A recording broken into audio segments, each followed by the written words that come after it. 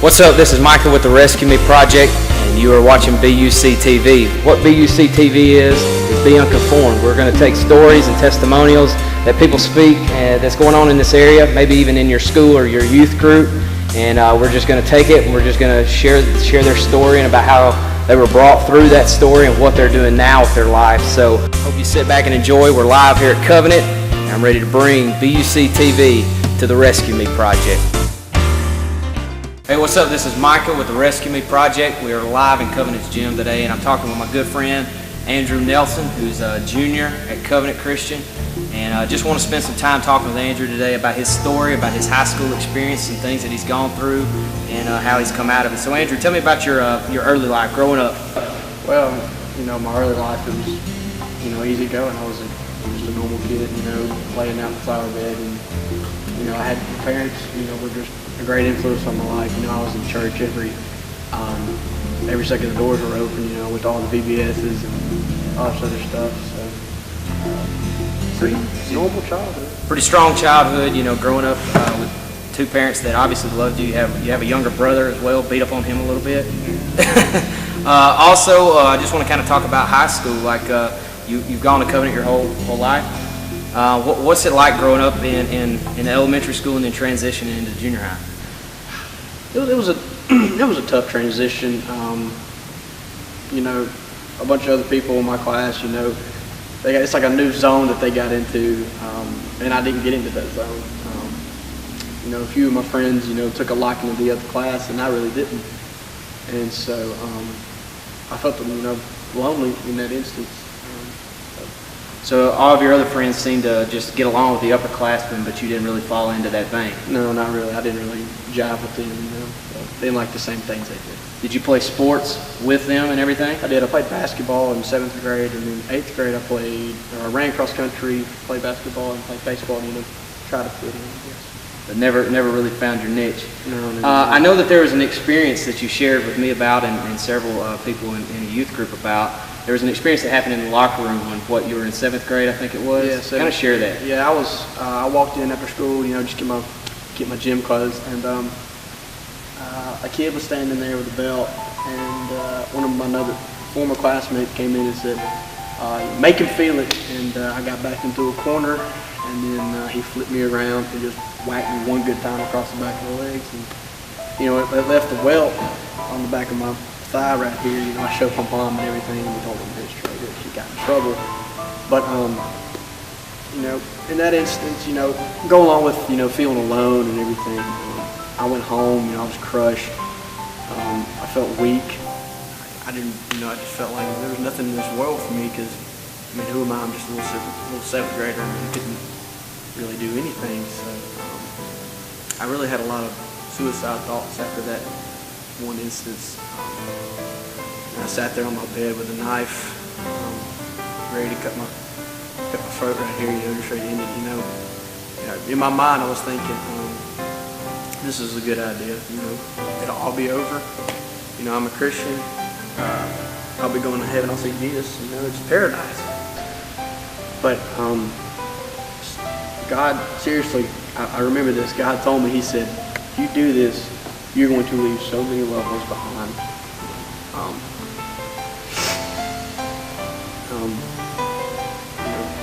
You're going to be a coward if you do it. You leave all your family and loved ones behind. I've got so many great plans for you." In that instance, I dropped the knife and just started crying. I was just crushed, about the thoughts I was having because He's got plans for me here. That's why I'm put here. I feel myself. Wow. So, like during that time, you didn't tell your parents? No, I didn't tell them. Didn't tell any other friends in your class? Just administration that you got hit on the back of the leg? That's about it. Yeah, I didn't tell anybody because I was embarrassed. That I thought that everybody saw me as the good kid, a practice for God. And I wasn't, and it was very embarrassing for me. I didn't think it meant anything. I just kept it to myself. So coming through that night in your bedroom where you heard this voice just tell you, definitely not to do it. You even say exactly what that voice was. Talk about like coming out of that, like maybe where life is now, how you're using that experience to maybe make friendships and maybe be more outspoken about different things. Definitely coming out of that, it was just like a passionate surge. It was like I felt that voice, and I want more of it. I want to hear it more and more and more. And ever since then, it's just been like a fuel for me, just to keep grabbing at it, see if I can get more of it. It's like taking a whole cake. I love it. I just love it, and that's my main fuel is to hear that voice daily in my life, for guidance. So. Awesome. I can definitely see the joy that's coming out in you. Like, I just kind of want you to give like maybe a challenge to somebody that may be going through the same thing that you are. Maybe feel alone. Maybe even have those deep, dark thoughts that you have. Maybe even had an experience in a locker room like you had. Kind of, just tell somebody out there, like what you encourage them to do. I definitely encourage anybody who's had, the same problem I did to definitely think about how much God loves you. I mean, He's loved you so much that you are still breathing at this same moment. And it's crazy enough that all the deepest, darkest thoughts that you're having is He's still just coming at you saying, come to me, I'm ready, I'm here, just come on. So think about how much He loves you. So we're in the locker room with Garrison Dooley, part of the rescue committee team, and Elijah Wade, who's in the same class as Andrew. And Andrew kind of shared his story about some things that went on in this locker room whenever he was in junior high, and some things that physically scarred him and then emotionally scarred him.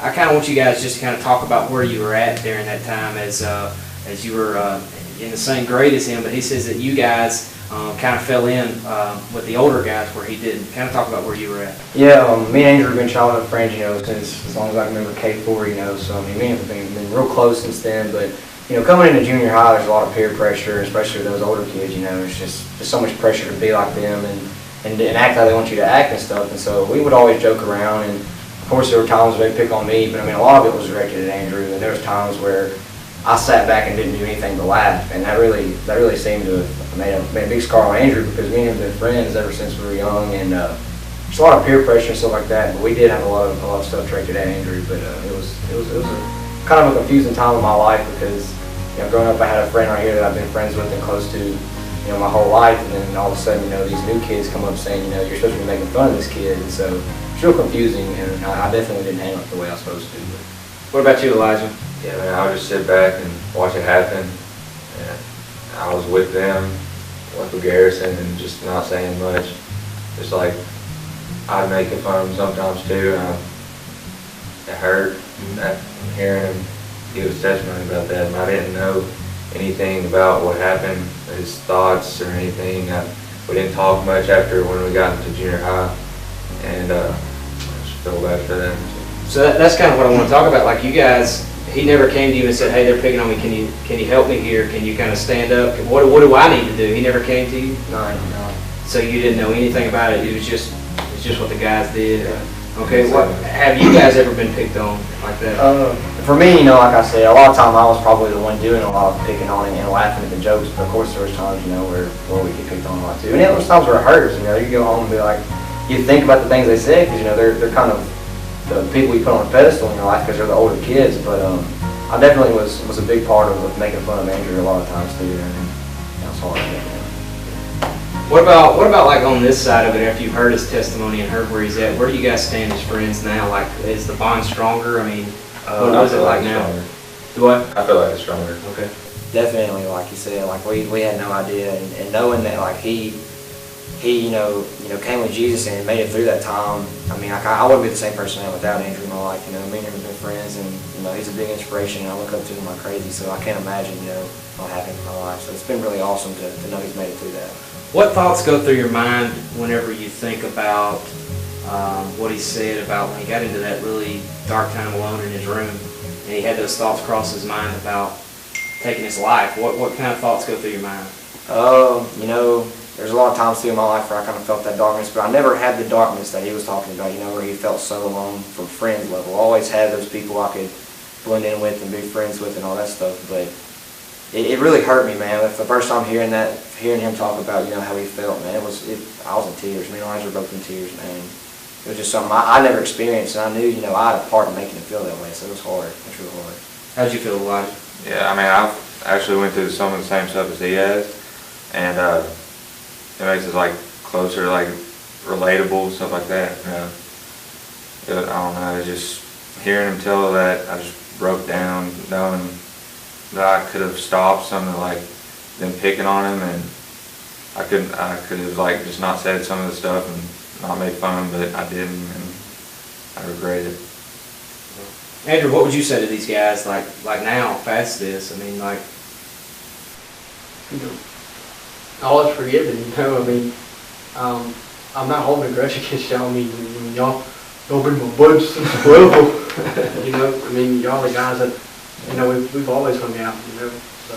if you could deliver a message to people out there that have friendships, but they do feel that pressure from the upperclassmen, what would you say to keep those friendships with people that you've grown up with? Definitely, you know, peer pressure is huge in high school and junior high too. You gotta be aware of that kind of stuff, and with the friendships you've always had, you know, don't let those friendships go down just because you're pressured into it. You know, like friendships that I have with Andrew and with Elijah, those are friendships I can never give with anybody else, and it's definitely ones that are not risk losing. So I just challenge you guys, you know, be aware of peer pressure and really stick with those friendships you know true. What do you think, Wade?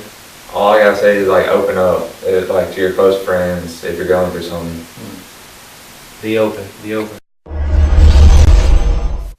My name is Andrew Nelson, and if you're going through this, I don't know who you are, but I really hope you take something from this video. My main message to you is take into consideration that you are somebody in this world.